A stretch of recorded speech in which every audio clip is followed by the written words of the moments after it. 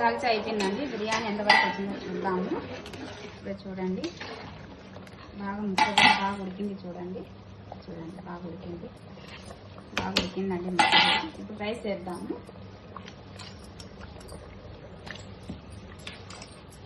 ఇప్పుడు రైస్ వేసేసి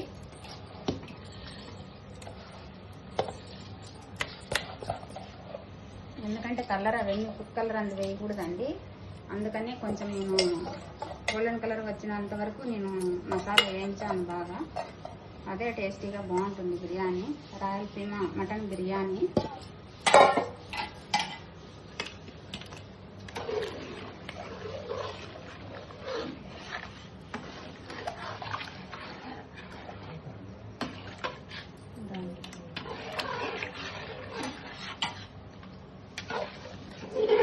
చూద్దామండి, వేసాను. ఇప్పుడు నిమ్మకాయ వేద్దామండి టేస్ట్ కోసము. నిమ్మకాయ పిండి వేస్తే కన్నా రైస్ కొద్దిగా బాగా టేస్ట్ ఉంటుంది.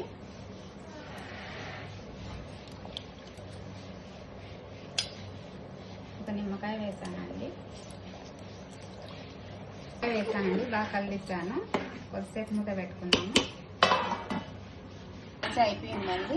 ఇప్పుడు కొద్దిగా సాల్ట్